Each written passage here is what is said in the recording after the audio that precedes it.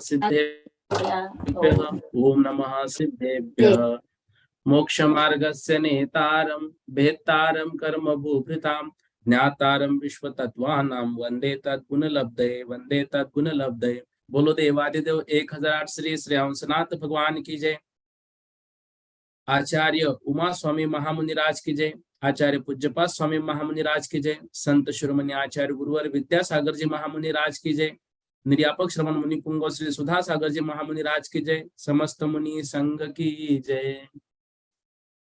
चौथे अध्याय का वर्णन हम सभी यहाँ पर पढ़ रहे हैं और चौथे अध्याय में कल लेशाओं का वर्णन चल रहा था। उन लेशाओं के विषय में आज हमें थोड़ा सा और समझ के फिर आगे बढ़ना है। कल हमने देखा था कि स्थिति, प्रभाव, सुख, द्युति, लेशा, ये जो चीजें हैं ये ऊपर के स्वर्गों में बढ़ती हुई है और बाकी जो चीजें हैं गति, शरीर, परिग्रह, अभिमान, ये सब क्या होता है, नीचे नीचे हीन होता है। फिर हमने 22वें सूत्र में पढ़ा था पीत पद्म शुक्ल लेशा द्वित्रिशेषेषु। पीत पद्म शुक्ल लेशा द्वित्रिशेषेषु। पीतलेशा, पद्मलेशा, शुक्ललेशा, द्वित्रिशेषेषु। द्वित्रिशेषेषु यहाँ पर हमने क्या पढ़ा था? प्रथम 2 युगलों में, 3 युगलों में और शेष समस्त विमानों में देवों की क्रमशः पीत, पद्म और शुक्ल लेशाएं होती हैं। इस विषय में ये भी देखा था कि जो मिश्र लेशाएं है, मिश्र लेशाएं किस तरह से जाननी चाहिए, ये सारी बातें कल के इसमें हुई थी। कुछ एक प्रश्न आए थे, उन प्रश्नों को थोड़ा देख लीजिए। जैसे पहला प्रश्न आया था कि लेशा कहाँ तक होती है। देखो लेशा कहाँ तक होती है, तो लेशा 13वें गुणस्थान तक होती है।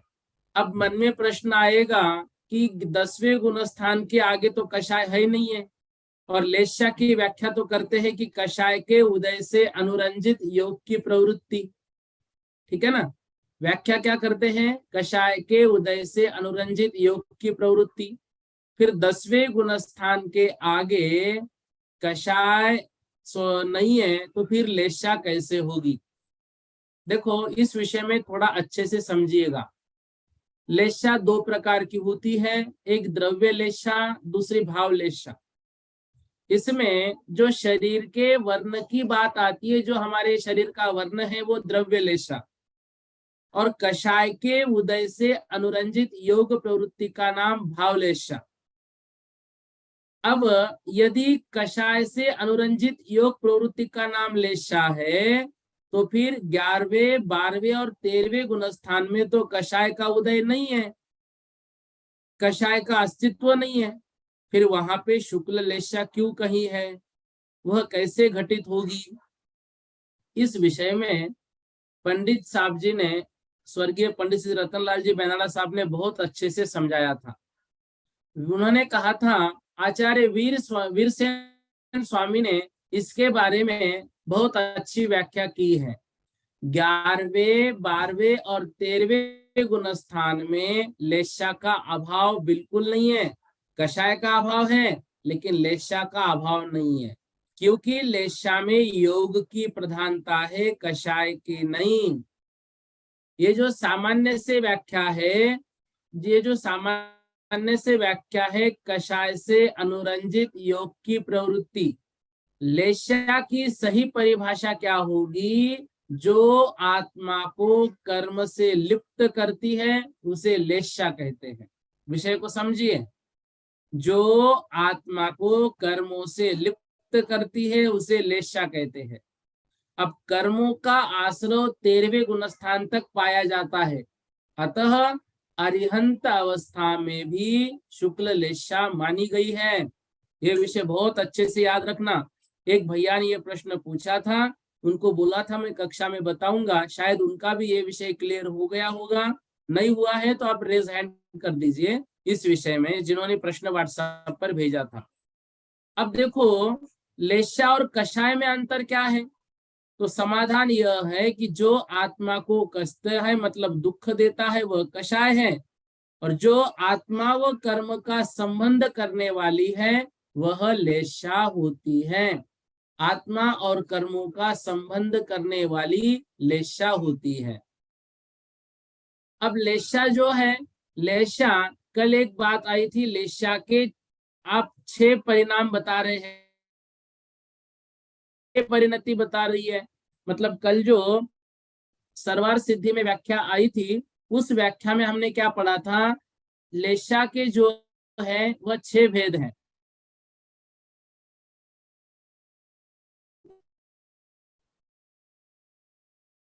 कैसे 6 प्रकार? तीव्रतम, तीव्रतर, तीव्र, मंद, मंदतर, मंदतम। इन 6 प्रकार के कषाय से उत्पन्न हुई परिणति क्रम से लेशा के भी 6 भेद हो जाते हैं। अब देखो, कृष्ण, नील, कापोत, पीत, पद्म, शुक्ल, ये पहले लेशा के 6 भेद समझो।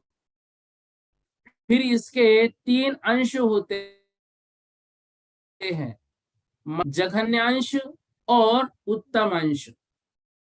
अब देखो, जो मध्यम 8 अंश है, उन मध्यम 8 अंश होने पर ही आयु बंद होता है, ऐसा कहा जाता है। देखो, लेशाओं का 26 अंश वाला विषय धौला जी में वर्णित नहीं है। ये नेमिचंद्र महाराज जी ने गोमट सार के जीव कांड भाग में इस विषय को बताया है। ठीक है ना?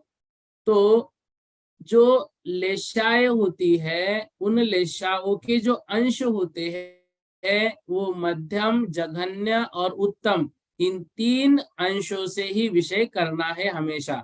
जो 8 अंश वाला भैया ने प्रश्न पूछा है, उस विषय में धौला जी में ऐसा विषय वर्णित नहीं होता है, ऐसा आचार्य श्री ने बताया था। ठीक है ना? तो ये भी चीजें याद रखना है। तो अशुभ लेशाओं में चारों आयु का बंध होता है। पीत पद्म लेशा में तिर्यंच, मनुष्य और देवायु का बंध होता है, और शुक्ल लेशा में मात्र देवायु का ही बंध होता है। इस तरह से ये बात समझनी है। अब हमने इस अध्याय में ये पढ़ा था, पीत लेशा चतुर्थ स्वर्ग तक पाई जाती है। चौथे स्वर्ग की उत्कृष्ट आयु 7 सागर की है। वहां तक हमने देखा है ना कि पीत लेशा पाई जाती है। तो तीसरे व चौथे स्वर्ग में पीत लेशा वाले देव मात्र नीचे के विमानों में पाए जाते हैं। इन नीचे के विमानों में पीत लेशा होने से इनकी आयु का प्रमाण साधिक 2 सागर पीत लेशा उत्कृष्ट, वो पीत लेशा का उत्कृष्ट काल होता है। तो चौथे स्वर्ग तक जो पीत लेशा कही है, वो चौथे स्वर्ग में भी जो नीचे के विमान हैं उसमें ही ये चीजें होती हैं। तो इस तरह से ये लेशाएं होती है। इसमें ये नियम है, देवों और नारकियों में, देवों और नारकियों में जो उनकी लेशा है, वह लेशा जो एक बार पर्याप्त अवस्था में बन गई, वो आयु पर्यंत नहीं बदलती है। नरकों में तो शुभ लेशा कभी होती ही नहीं। ठीक है? नरकों में शुभ लेशा होती ही नहीं, वहां पर नियम से अशुभ लेशाई होती है। और देवों में कौन कौन सी लेशा होती है, इन विषय में अभी हमने अच्छे से पढ़ा है। भुवनत्रिकों में कौन सी लेशा, वैमानिकों में कौन सी लेशा, वो कल के सूत्रों में बहुत अच्छे से वर्णन हुआ है। ठीक है? अब देखो, नारकियों की भावलेशा का वर्णन। नारकी में भावलेशा अशुभ ही रहती है। गोमट सार जीव कांड के अनुसार सभी नारकियों की द्रव्य लेशा या शरीर का वर्ण काला होता है। तिर्यंच और मनुष्य की द्रव्य एवं भावलेशा 6 प्रकार की हो सकती है। भवनत्रिकों की देवों में भी 6 द्रव्य लेशा होती है, अर्थात उनको प्राप्त शरीर सभी वर्णों वाले होते हैं। वैमानिकों की द्रव्य लेशा उनकी भाव लेशा के अनुसार होती है। प्रथम व द्वितीय स्वर्ग में पीत लेशा, तीसरे चौथे स्वर्ग में पीत और पद्म, 5 से लेकर 10वें स्वर्ग तक पद्म लेशा, 11वें से 12वें स्वर्ग में पद्म शुक्ल, 13वें से 9वें ग्रह तक शुक्ल लेशा। अनुदिश अनुत्तर विमानों में देवों की परम शुक्ल लेशा होती है। देवों के विक्रिया द्वारा उत्पन्न होने वाला शरीर 6 द्रव्य लेशा वाला हो सकता है, विक्रिया द्वारा उत्पन्न हुए वाला। और जो उनका मूल शरीर है, जो उनकी भाव लेशा रहेगी, वही उनकी द्रव्य लेशा भी रहेगी। उत्तम भोग भूमिया जीवों का शरीर सूर्य के समान, मध्यम भोग भूमिया जीवों के शरीर चंद्र के समान, और जघन्य भोग भूमिया जीवों का शरीर हरित वर्ण का होता है। तो ये हमने पहला पढ़ा था। तो भोग भूमिया जीवों की 3 शुभ भाव लेशाएं होती हैं, ठीक है ना। तो ये सब चीजें भी हमको थोड़ी सी याद रखनी है, ठीक है। तो ये लेशाओं के विषय में जो जो प्रश्न थे, उन प्रश्नों को यहाँ पर लिया गया। अभी जो लेशा है, वो लेशाओं के स्वामी भी किस तरह से होते हैं, देखो आपके स्क्रीन पर आ रहा है। रत्न प्रभा शर्करा प्रभा में नारकियों की कापोत लेशा, बालुका प्रभा में कापोत और नील लेशा, पंख प्रभा में नील लेशा, धूम प्रभा में नील और कृष्ण लेशा, तम प्रभा में कृष्ण लेशा, महातम प्रभा में परम कृष्ण लेशा। भवनवासी व्यंतर और ज्योतिष देवों के कृष्ण नील कापोत और तेजो लेशा। एकेंद्रिय द्विंद्रिय तीन इंद्रिय चतुरिंद्रिय जीवों के संक्लिष्ट कृष्ण नील कापोत लेशा। असंगी पंचेंद्रिय तिर्यंचों के संक्लिष्ट कृष्ण नील कापोत और पीत लेशा। चारों गुणस्थानवर्ती संगी पंचेंद्रिय तिर्यंच और मनुष्यों के 6 लेशाएं। 5वें 6वें 7वें गुणस्थान में 3 शुभ लेशाएं। अपूर्व करण से 13वें गुणस्थान तक केवल शुक्ल लेशा, अयोग केवली की लेशाएं नहीं होती है। तो हमें ये नियम याद रखना है, 13वें गुणस्थान तक लेशा पाई जाती है, 14वें गुणस्थान से नहीं। सौधर्म और ईशान स्वर्ग में तेजो लेशा, सानत कुमार महेंद्र स्वर्ग में तेज और पद्म लेशा, तेज मतलब पीत। ब्रह्म ब्रह्मोत्तर लांतो और कापिष्ट में पद्म लेशा, शुक्र महाशुक्र शतार सहस्रार में पद्म और शुक्ल लेशा, आनत से लेकर सर्वार सिद्धि के पहले केवल शुक्ल लेशा और सर्वार सिद्धि में परम शुक्ल लेशा होती है। द्रव्य लेशा शरीर के रंग से संबंध रखती है, वह नाम कर्म के उदय से होती है। भाव लेशा कषायों के उदय, क्षोभम उपशम और क्षय से होती है। ये साधन कहा। संख्या कृष्ण नील कापोत लेशा वाले प्रत्येक का द्रव्य प्रमाण अनंत है। कोई प्रमाण अनंता अनंत उत्सर्पिनी और अवसर्पिनी प्रमाण है, और क्षेत्र प्रमाण अनंता अनंत लोक प्रमाण है। क्षेत्र तेजो लेशा का द्रव्य प्रमाण ज्योतिष देवों से कुछ अधिक। पद्म लेशा वालों का द्रव्य प्रमाण संगी पंचेंद्रिय तिर्यंच योनि संख्या भोग संख्येय भाग है। शुक्ल लेशा वाले पल्लोपम के असंख्यात्व भाग हैं। कृष्ण नील ये उन जीवों की संख्या और या उन लेशाओं के भावों की संख्या बता रहे हैं। कृष्ण नील कापोत लेशा वालों का प्रत्येक का स्वस्थान समुद्घात और उपपात की दृष्टि से सर्वलोक क्षेत्र है। तेजो लेशा और पद्म लेशा वालों का प्रत्येक स्वस्थान समुद्घात और उपात की दृष्टि से लोक के असंख्य भाग हैं। शुक्ल लेशा वालों का स्वस्थान और उपात की दृष्टि से लोक का असंख्य भाग, समुद्घात की दृष्टि से लोक के असंख्य भाग, असंख्य भूभाग और सर्वलोक क्षेत्र है। ठीक है ना, ये केवली समुद्घात की अपेक्षा। स्पर्शन कृष्ण नील और कापोत लेशा वालों का स्वस्थान समुद्घात और उपात की दृष्टि से सर्वलोक स्पर्शन है। तेजो लेशा वालों का स्वस्थान की दृष्टि से सर्वलोक का असंख्य भाग तथा कुछ कम 14 भाग स्पर्शन है। समुद्घात से लोक का असंख्य भाग तथा कुछ कम 14 और 14 भाग है। उपात की दृष्टि से लोक के असंख्य भाग तथा कुछ कम भाग हैं।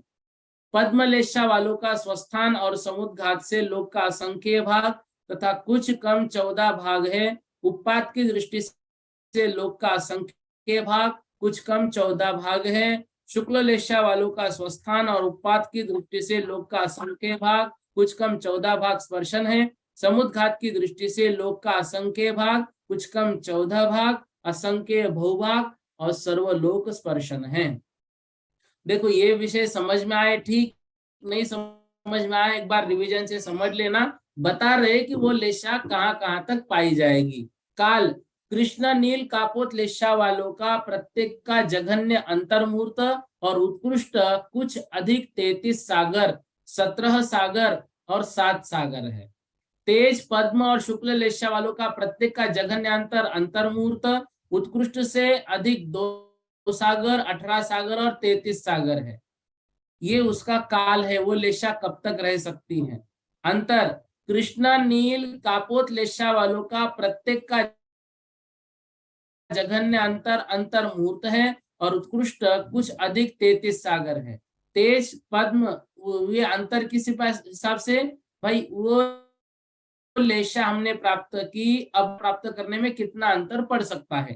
तेज पद्म और शुक्ल लेशा वालों का प्रत्येक अंतर जघन्य से अंतर्मूर्त, उत्कृष्ट से अनंत काल और असंख्यात उद्गल परिवर्तन प्रमाण है। छह लस्याओं में औदयिक भाव है क्योंकि शरीर नाम कर्म और मोह के उदय से लेशा होती है।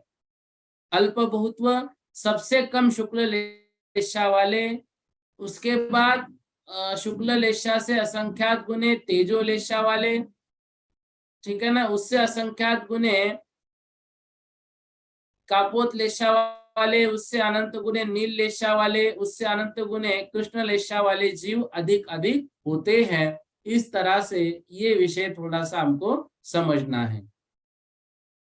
अब देखो इस विषय में जो लेशा के विषय में जो बातें हैं, उन लेशा के विषय की बातों को जितना हम याद कर सकते हैं उतना याद कीजिए, क्योंकि ये सब चीजें यदि हमें याद रहेगी ना तो मतलब लेशा के विषय में हम चर्चाएं भी कर सकते हैं, या लेशा क्या होती है, कहाँ तक होती है, किस तरह से होती है, इन सारी बातों का भी ज्ञान हमको हो जाएगा। इसलिए लेशा के विषय में इतना प्रसंग जो है वो अच्छे से हमको याद रखना है।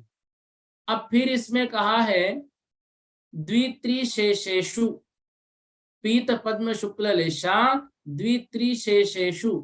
तो इसमें जो द्वि, त्रि और शेषेषु 2 युगल, फिर जो 3 युगलों की चर्चा की है, और शेषेषु में बाकी सारे जो बचे हैं वो सभी जीव लिए हैं।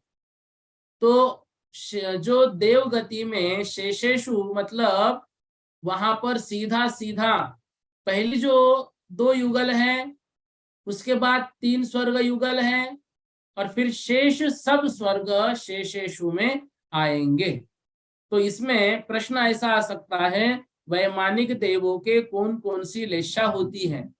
तो ये चीज अच्छे से याद रखना। सौधर्म ईशान पीत, सानत कुमार महेंद्र पीत पद्म, ब्रह्म ब्रह्मोत्तर लांतो कापिष्ट में पद्म, शुक्र महाशुक्र शतार सहस्रार स्वर्ग में पद्म शुक्ल, आनत प्राणत अरन अच्युत नवग्रवेयक 9 अनुदिशों में शुक्ल, और 5 अनुत्तरों में परम शुक्ल लेशा होती है। इस तरह से ये विषय भी हमको इसमें मतलब इस सूत्र के माध्यम से अच्छे से याद रखना है। फिर कौन से जीवों की कौन सी लेशा है, इस विषय में थोड़ा सा जो बातें हैं वो बातें हमने समझी। लेशाओं का संक्रमण कैसे होता है वो चीजें भी कल थोड़ी सी पढ़ी थी। फिर प्रत्येक का उदाहरण भी यहाँ पर हुआ था। अब देखो थोड़ा सा हम लेशा को समझते हुए चलते हैं कि हमारी लेशा मतलब हमारी लेशा कौन सी हम समझ सके। देखो कृष्ण लेशा से युक्त दुष्ट पुरुष अपने ही गोत्रीय तथा एकमात्र स्वकलत्र को भी मारने की इच्छा करता है। वह दया धर्म से रहित, वैर को न छोड़ने वाला, प्रचंड कलह करने वाला क्रोधी जीव कृष्ण लेशा के साथ धूम प्रभा पृथ्वी से अंतम पृथ्वी तक जन्म ले सकता है। यदि हमारा ऐसा स्वभाव है, अपने ही गोत्र के, अपने ही पत्नी को, अपने ही घर वालों को मारने के भाव हमारे होते हैं या हम मारते हैं, दया धर्म से रहित है, वैर को छोड़ना ही नहीं चाहते हैं, प्रचंड कलह करने वाले हैं, क्रोधी है, तो हमारी कृष्ण लेशा है। नील लेशा किसे कहते हैं? जो दुष्ट हो, स्वच्छंद हो, वर्तमान कार्य करने में विवेक रहित हो, कला चातुर्य से रहित हो, पंचेंद्रिय के विषयों में लंपट हो, मानी हो, मायावी हो, आलसी हो, भीरू हो, बहुत निद्रालु हो, पर वचन में अति दक्ष हो, दूसरों की निंदा करने में दक्ष हो, धन धान्य के संग्रह करने की तीव्र लालसा हो, ये सब लक्षण यदि हमारे अंदर है तो हम नील लेशा वाले हैं। विषयों में आसक्त, बुद्धिहीन, विवेक रहित, डरपोक है, आलसी है, सोने में रहते हैं, दूसरों के धन आदि को देखकर लालच मन में होती है, लंपट है, तो हम नील लेशा से सहित है। धूम प्रभा तक हमारा जन्म हो सकता है। कापोत लेशा के बारे में बताते हैं, जो दूसरों के ऊपर रोष करता हो, दूसरों की निंदा करता हो, दूषण बहुल हो, शोक करता हो, अधिक भय अधिक रखता हो, दूसरों से ईर्ष्या करता हो, पर का पराभव करने के भाव रखता हो, नाना प्रकार से अपनी प्रशंसा करता हो, स्तुति किए जाने पर अति संतुष्ट हो, अपनी हानि और वृद्धि को न जानता हो, रन में मरण का इच्छुक हो, स्तुतिया प्रशंसा किए जाने पर बहुत धनाधिक देवे, और कर्तव्य अकर्तव्य कुछ भी न गिनता हो, ऐसा वर्णन यदि हमारे अंदर है, कापोत लेशा वाले हम। मतलब स्वयं की प्रशंसा, दूसरों की निंदा, दूसरों से वाद, जीवन में नैराश्य का भाव, जो हमारी प्रशंसा करता है उसको अधिक देन देना, ये सारी बातें जो है कापोत लेशा के विषय में होती हैं।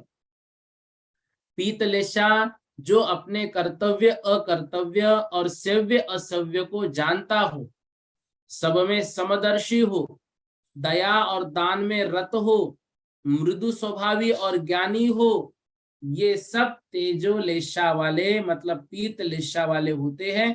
पीत लेशा को दूसरा नाम तेजो लेशा भी पढ़ने में आएगा। ठीक है, मतलब मित्रता, दयालुता, सत्य बोलना, दानशीलत्व, अपने कार्य करने में दक्ष, ये सब पीत लेशा के उदाहरण हैं।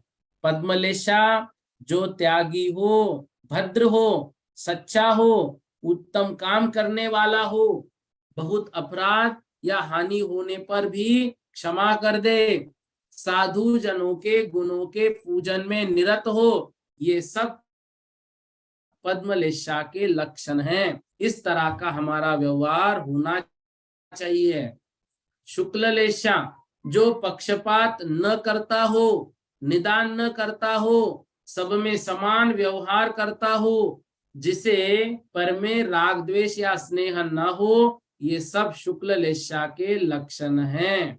इस तरह से इन सभी लेशा के परिणामों को समझकर हमारे परिणाम कैसे हैं, हम किस लेशा के साथ जी रहे हैं, हम उस लेशा से हम कहाँ जाएंगे, ऐसे भाव हमारे मन में लाने हैं।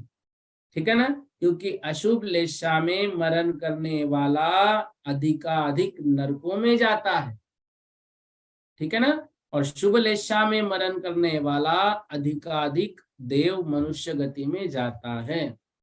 ठीक है ना, तो ये सभी चीजें भी हमको याद रखनी है।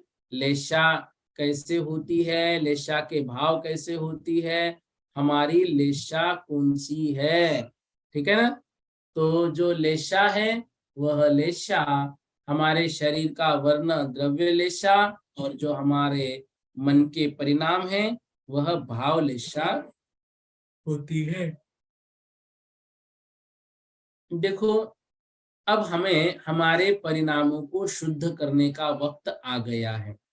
हम स्वाध्याय करते हैं, हम आगम पढ़ते हैं, हम हम अच्छी चीजें जो आचार्यों ने बताई है उन सभी को हम यदि समझते हैं तो अशुभ लेशारूप परिणाम यदि हमारे होते हैं, बहुत खुद को समझाकर अपने आप की कक्षा लेकर अपने आप को अच्छे से डांटते हुए अशुभ लेशाओं से बाहर आने का प्रयास हमको करना चाहिए और शुभ लेशाओं में लगने का प्रयास हमें करना चाहिए। ठीक है, तो इस तरह से ये सब चीजें भी हमें थोड़ी सी याद रखनी है। इस विषय में जो लेशा प्रसंग है, यह लेशा का प्रसंग हमें कर्मों से मिलाने का कार्य करता है। हमारी आत्मा और कर्मों को मिलाने का काम लेशा के माध्यम से होता है। अतः लेशा के विषय में बहुत ध्यान देने की आवश्यकता है, अच्छे से ध्यान देना है। 23वां सूत्र देखिए, प्राग्रेवेय केभ्य कल्पाः, प्राग्रेवेय केभ्य कल्पाः, ग्रैवयकों से पहले अर्थात 16वें स्वर्ग तक कल्प कहते हैं, क्योंकि वहीं तक देवों में इंद्रादिक 10 भेदों की कल्पना होती है। प्राक मतलब पहले, कहाँ? ग्रैवयकेभ्य, ग्रैवयकों से पहले, कल्पाः कल्प संज्ञा होती है। सर्वार सिद्धि में इस विषय में क्या कह रहे हैं? यह नहीं मालूम होता कि यहाँ से लेकर कल्प है, इसलिए स्वधर्म आदि पद की अनुवृत्ति होती है। इससे अर्थ प्राप्त होता है कि स्वधर्म से लेकर नवग्रैवेक से पूर्व तक कल्प है। परिशेष न्याय से यह भी ज्ञात होता है कि शेष सब कल्पातीत है। परिशेष न्याय मतलब एक बात का वर्णन किया, दूसरे बात का अब करने की आवश्यकता नहीं है, वो परिशेष न्याय से क्लियर है, तो सब कल्पातीत है। लौकांतिक देव वैमानिक है, उनका किनमें समावेश होता है? वैमानिकों में। कैसे? अब इसी बात को बतलाने के लिए आगे का सूत्र कहते हैं। राजवार्तिक में इस विषय में कहा है, यदि स्वधर्म आदि के बाद ही यह सूत्र रचा जाता तो स्थिति प्रभाव आदि 3 सूत्रों का संबंध भी कल्प विमानों से ही होता, जबकि इनका विधान पूरे देवलोक के लिए है। कल्पों से अतिरिक्त ग्रैवेक और कल्पातीत है। भवनवासी आदि को कल्पातीत इसलिए नहीं कहा जा सकता क्योंकि ऊपरी ऊपरी का अनुवर्तन होता है, जिससे स्पष्ट ज्ञात होता है कल्प से ऊपर ऊपर कल्पातीत है। कल्पातीत अहम इंद्र कहलाते हैं क्योंकि इनमें सामानिक आदि भेद नहीं होते हैं। यद्यपि देवों के भवनवासी, पातालवासी, व्यंतर, ज्योतिष, कल्पवासी और विमानवासी के भेद से 6 प्रकार का तथा पांशुतापी, लवनतापी, तपनतापी, भवनतापी, सोमकायिक, यमकायिक, वरुणकायिक, वैश्रवणकायिक, पितृकायिक, अगलकायिक, रिष्टक, अरिष्ट, संभव, यह 12 प्रकार वाले आकाशोपपन्न को मिलाकर 7 प्रकार हो सकते हैं। फिर भी इन सबका चारों निकायों में उसी तरह अंतर्भाव हो जाता है जैसे कि लौकांतिक देवों का कल्पवासियों में, पातालवासी और आकाशोपन्न व्यंतरों में और कल्पवासियों का वैमानिकों में अंतर्भाव हो जाता है। अतः 4 से अतिरिक्त निकाय नहीं है, मतलब भेद नहीं है। पूर्णिमा जी पूछिए, क्या पूछ रहे हैं? भैया जी जय जिनेन्द्र। जय जिनेन्द्र। जैसे अपने ये 100 इंद्र बताए हैं, है ना, तो अपने कल्पवासी 23 बताए हैं, तो इसमें 12 भेद बताए, 12 इंद्र बताए, तो 12 प्रति इंद्र लेने के। हाँ, 12 प्रति इंद्र लेने के। 12 इंद्र, 12 प्रति इंद्र। हाँ, और नीचे जो है जहां पर पूर्वयोर द्विंद्रा कहा है ना, वो 2-2 इंद्र लेने हैं। 2-2 इंद्र। तो ये वाले जो 10 भेद बता है, तो फिर कैसे कैसे घटाएंगे सब ये? इस 100 इंद्र को घटाना है क्या? हाँ हाँ, उसमें ही 24 बताए ना कल्पवासी के। हाँ देखो, कल्पवासी के ये 12-12 मतलब 12 इंद्र और 12 प्रति इंद्र, ये 24 हो गए। तो ये तो हो गए, तो फिर वो 10 इंद्र कैसे घटाएंगे? वो सामानिक वाले। कौन से सामानिक वाले? इंद्र, सामानिक, त्रायंतीस, पारिषद, लोकपाल, वो जो 10 भेद हैं, तो फिर वो देखो वो उसमें इसको क्यों, जब 100 इंद्र घटाने ना, तो उसको इसमें क्यों आप घटा रहे हो? सामान्य अलग हो गया भेद, वहां पर वो 10 अलग भेद रहेंगे। वो इंद्रों की संख्या में थोड़ी 100 इंद्रों को आपको गिनाकर बताता है, ठीक है, वो विषय हो जाएगा। हाँ, 24वां सूत्र, ब्रह्म लोकालया लौकांतिका, ब्रह्म लोकालया लौकांतिका, ब्रह्मलोक अर्थात 5वें स्वर्ग के निवासी देव लौकांतिक देव कहलाते हैं। ब्रह्मलोक आलया, ब्रह्मलोक है आलय जिनका, आलय मतलब निवास स्थान, ब्रह्मलोक है आलय जिनका, वे देव लौकांतिका, वे लौकांतिक कहलाते हैं। क्या कह रहे हैं? ब्रह्मलोकालया लौकांतिका, ये 24वां सूत्र, हाँ ये आना चाहिए। आकर जिसमें लय को प्राप्त होते हैं अर्थात निवास करते हैं, वह आलय है या आवास कहलाता है। ब्रह्मलोक जिनका घर है, वे ब्रह्मलोक में रहने वाले लौकांतिक देव जानना चाहिए। शंका, यदि ऐसा है तो ब्रह्मलोक में रहने वाले सब देव लौकांतिक हुए? समाधान, सार्थक संज्ञा के ग्रहण करने से यह दोष नहीं रहता। लौकांतिक शब्द में जो लोक शब्द है उससे ब्रह्मलोक लिया है और उसका अंत अर्थात प्रांत भाग लोकांत कहलाया। वहां जो होते हैं वे लौकांतिक कहलाते हैं। इसलिए ब्रह्मलोक में रहने वाले सब देवों का ग्रहण नहीं होता। इन लौकांतिक देवों में विमान ब्रह्मलोक है और ब्रह्मलोक के प्रांत भाग में स्थित है, अथवा जन्म जरा और मरण से व्याप्त संसार लोक कहलाता है, उसका अंत लोकांत कहलाता है। इस प्रकार संसार के अंत में जो होते हैं वे लौकांतिक देव होते हैं, क्योंकि ये सब परित संसारी होते हैं। वहां से क्षय होकर ये अब अपना संसार समाप्त करने वाले हैं। वहां से च्युत होकर एक बार गर्भ में रहकर निर्वाण को प्राप्त होंगे, वे परित संसारी कहलाते हैं। सामान्य से कहे गए उन लौकांतिक देवों के भेद का कथन करने के लिए आगे का सूत्र कहते हैं। राजवार्तिक में लिख रहे हैं, जिसमें प्राणीगण रहे उसे आलय कहते हैं। लौकांतिकों का आलय ब्रह्मलोक है। सभी ब्रह्मलोक वासियों को लौकांतिक नहीं कह सकते, क्योंकि लौकांतिका पद से लोकांत निकाल लेते हैं। इससे अर्थ फलित होता है कि ब्रह्मलोक के अंत में रहने वाले लौकांतिक है, अथवा जन्म जरा मरण से व्याप्त लोक संसार का अंत करना जिनका प्रयोजन है वे लौकांतिक है। वे निकट संसारी है, वहां से च्युत होकर मनुष्य पर्याय को प्राप्त कर नियम से ये कहाँ चले जाएंगे? मोक्ष में चले जाएंगे। ये इनके विषय में नियम है, ठीक है ना। तो इस तरह से प्राग्रैवेय कल्पाः और ब्रह्मलोकालया लौकांतिकाः, ये 2 सूत्र हम लोगों ने पढ़े। तो लौकांतिक मतलब समस्त ब्रह्मलोक के देव नहीं, ब्रह्मलोक के भी अंत भाग में जो रहते हैं वे कहलाते हैं। हाँ, कनकमल जी जैन बोलिएगा। मैं पूछ रहा हूँ सर कि ये 5वें लोक में सारे लोकांतिक नहीं है क्या?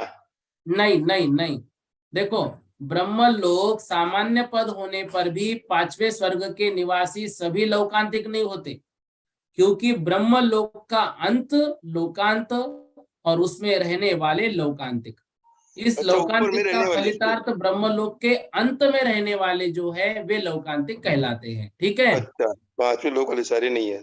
नहीं नहीं, ठीक है, ठीक। जय जिनेंद्र। इतना आज कर लेते हैं।